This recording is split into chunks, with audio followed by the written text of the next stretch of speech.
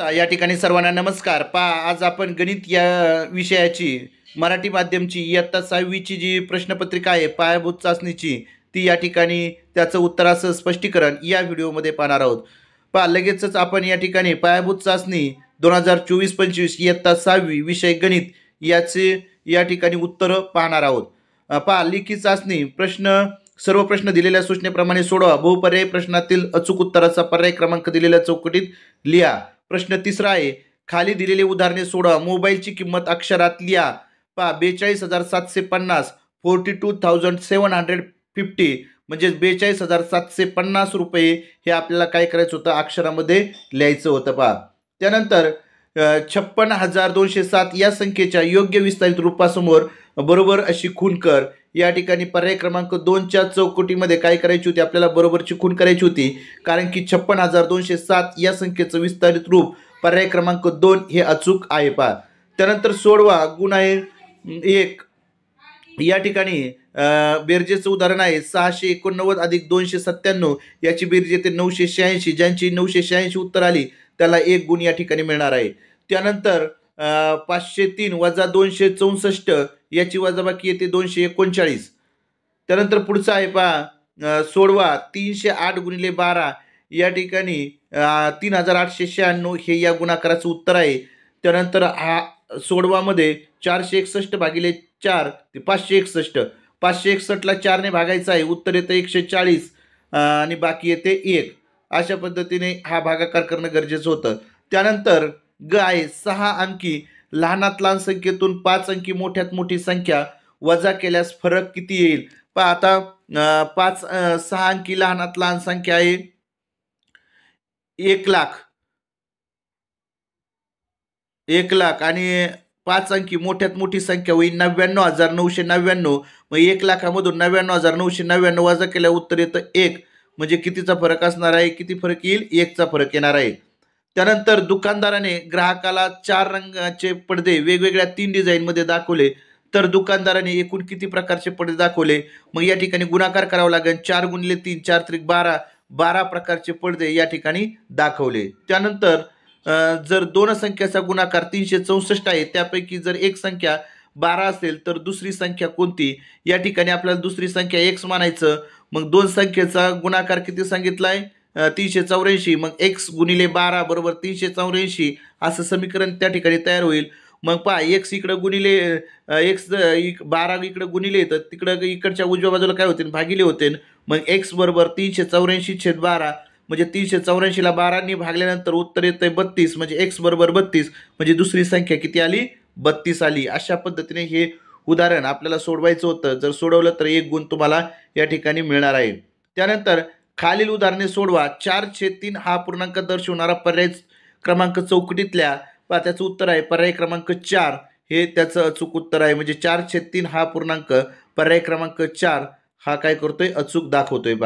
त्यानंतर 3/2 7/2 1/2 5/2 9/2 या तील सर्वात लहान व सर्वात मोठा अपूर्णांक लिहा.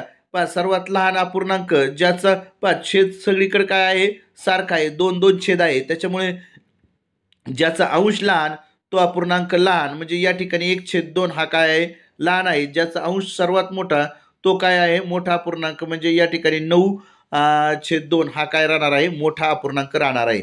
त्यानंतर सममूल्य अपूर्णांकाचे गट कर. म्हणजे समान मूल्य 6/12 2/4 1/2 यांचं जर त्यांना संक्षिप्त रूप दिलं तर काही 1/2 1/2 येतंय. म्हणून या ठिकाणी हा 6/12 2/4 आणि 1/2 हे काय आहेत, सममूल्य अपूर्णांक आहेत. त्याच पद्धतीने 4/6 2/3 आणि 50/75 हे काय आहेत, सममूल्य अपूर्णांक आहेत. त्यानंतर ड आहे शालेय पोषण आहार योजनेअंतर्गत 125.500 किलोग्राम तांदूळ प्राप्त झाले, त्यापैकी 87.250 किलोग्राम तांदूळ शिजवले गेले, तर किती किलोग्राम तांदूळ शिल्लक राहिले. म्हणजे 125.500 वजा 87.250 करायचं, ही वजाबाकी येते 38.250. म्हणजे या ठिकाणी किती किलोग्राम तांदूळ शिल्लक राहिला, तर 38.250 किलोग्राम तांदूळ शिल्लक राहिला. त्यानंतर प्रश्न 5वा आहे, खाली दिलेली उदाहरणे सोडवा. सायंकाळ 6:35 12 ताशी घड्याळ आणि 24 ताशी कालमापन. म्हणजे सायंकाळी 6:35 म्हणजेच या ठिकाणी 24 तासामध्ये 18:35 हॉर्स. त्यानंतर या ठिकाणी 23:12 म्हणजेच 11:12 पहा 12 ताशी कालमापनामध्ये.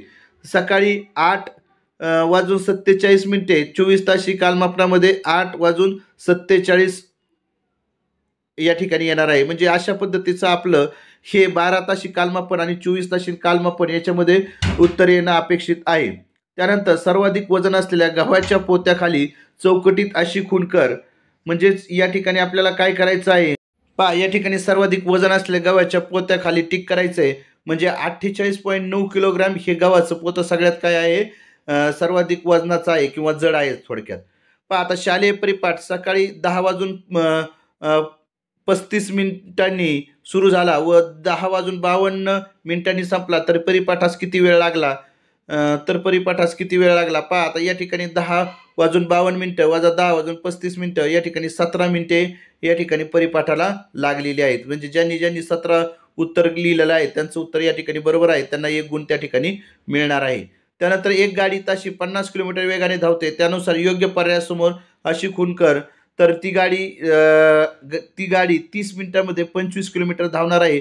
म्हणजे पर्याय क्रमांक 2 हे त्याचं अचूक उत्तर आहे. इतर हे उत्तर आहेत ते चुकलेली आहेत, म्हणून पर्याय क्रमांक 2 वरती बरोबरची खूण करायची आहे. त्यानंतर सोडवा. खालील सारणीचे निरीक्षण करून त्या खाली दिलेल्या प्रश्नांची उत्तरे लिहा.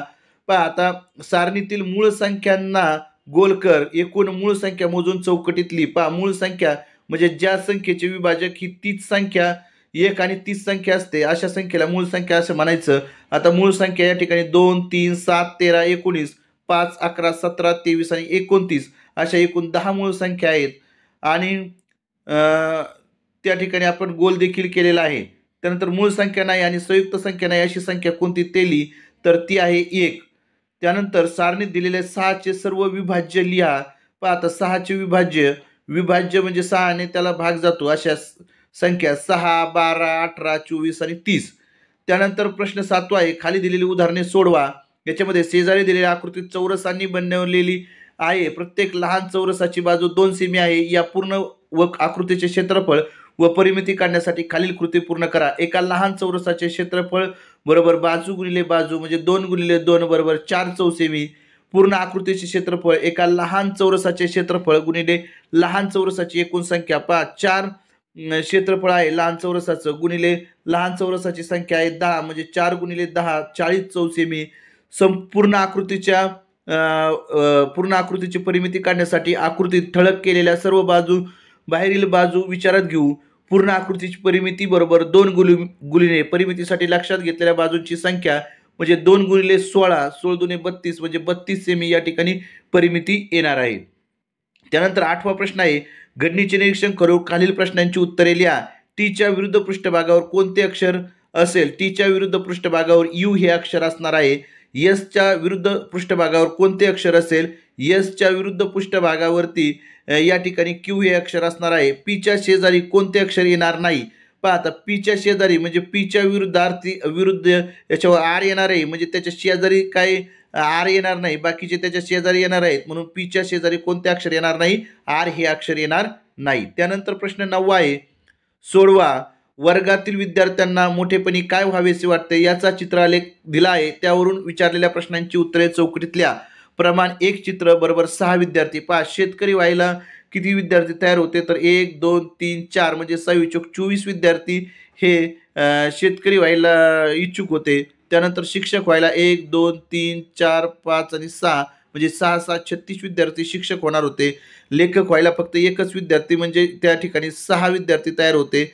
1 चित्र म्हणजे 6 विद्यार्थी. वैज्ञानिक व्हायला 1, 2, 3, 4 4 म्हणजे 24 विद्यार्थी वैज्ञानिक होण्यासाठी तयार होते. खेळाडू होण्यासाठी 5 म्हणजे 5 30 विद्यार्थी खेळाडू होण्यासाठी तयार होतात. म्हणजे आता वर्गातील किती विद्यार्थी शिक्षक बनू इच्छितात? पहा आता शिक्षक किती बनवतो ते किती चित्र येतं? 1, 2, 3, 4, 5, 6 म्हणजे 6, 7, 36.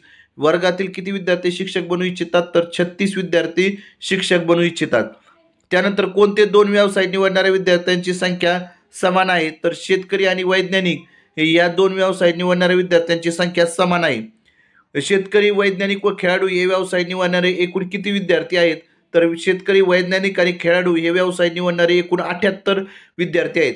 व्यवसाय निवडीत सर्वात कमी विद्यार्थी व सर्वात जास्त विद्यार्थी यांच्या संख्येत कितीचा फरक आहे? तर 30चा फरक आहे. पहा, म्हणजे व्यवसाय निवडीत सर्वात जास्त शिक्षकांचा आहे आणि सर्वात कमी लेखक आहेत. म्हणजे या ठिकाणी शिक्षक आहेत 36 आणि लेखक आहेत 6. यांचा जर फरक जर बघितला तर येतो 30चा. म्हणजेच या ठिकाणी व्यवसाय निवडीत सर्वात कमी विद्यार्थी व सर्वात जास्त विद्यार्थी यांच्या संख्येत 30चा फरक असणार आहे. त्यानंतर खाली दिलेली उदाहरणे सोडवा. खालीलपैकी कोणती संख्या त्रिकोणी संख्या आहे व चौरस संख्या आहे? योग्य पर्याय क्रमांक चौकटीत लिहा. तर त्याचं उत्तर आहे पर्याय क्रमांक 4 म्हणजे 36. म्हणजे अंकांची बेरीज पहा, 1 2 3 4 असे अंक असतात, 5 6 यांची जी बेरीज आहे ती, आणि चौरस संख्या आणखी काय असते तर वर्ग संख्या असते. म्हणून पर्याय क्रमांक 4 हे याचं उत्तर असणार आहे. आकृतिबंधाचे निरीक्षण करून आकृतिबंध पूर्ण करा. या ठिकाणी पहा 4 4 9 16 आणि 25 म्हणजे या ठिकाणी वर्ग संख्यांचा म्हणजे चौरस संख्या या ठिकाणी दिलेल्या आहेत क्रमाने. त्या पद्धतीने या ठिकाणी 16 हे उत्तर येणं अपेक्षित आहे. पहा, त्यानंतर या ठिकाणी त्रिकोणी संख्या 1 3, त्यानंतर त्रिकोणी संख्यांचा आहे त्याच पद्धतीने अशा पद्धतीने हे येणार आहे 1 3 6 10 आणि या ठिकाणी किती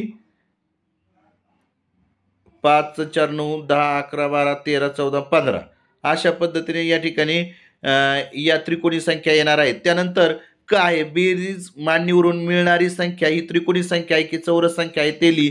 या ठिकाणी पहा 1 2 2 आणि 1 3 3 आणि 3 6 6 आणि 4 10 10 5 15 15 आणि 6 21 21 आणि 7 28 म्हणजे 28 ही त्रिकोणी संख्या या ठिकाणी आपल्याला काय होते मिळते. म्हणजेच ही चौरस संख्या आहे का तर नाही, तर कोणती आहे त्रिकोणी संख्या आहे. म्हणजे पहा या ठिकाणी अंकांची बेरीज करायची होती 2 आणि 1 3 3 3 आणि 3 6 6 आणि 4 10 10 आणि 5 15 15 आणि 6 21 21 आणि 7 28 अशा पद्धतीने त्या ठिकाणी 28 आणि 28 आणि अधिक 8 केलं असतं तर किती येतात 36. म्हणून या ठिकाणी ही जी संख्या आहे ही चौरस संख्या आणि त्रिकोणी संख्या देखील आहे 36. म्हणून पर्याय क्रमांक 4 हे 10व्यातलं अ होतं. पहा, अशा पद्धतीने आपण आज इयत्ता 6वीची गणित विषयाची जी प्रश्नपत्रिका आहे पायाभूत चाचणी, या पायाभूत चाचणीचा जो गणित विषय आहे इयत्ता 6वीचा, त्या 6वीच्या इयत्तेच्या प्रश्नपत्रिकेचं उत्तर असं स्पष्टीकरण या ठिकाणी या व्हिडिओमध्ये पाहिलेलं आहे. जर आपल्याला व्हिडिओ आवडला असेल तर आपला चॅनल VPN एज्युकेशनल गुरु या चॅनलला नक्कीच आपण सबस्क्राईब करावे. धन्यवाद.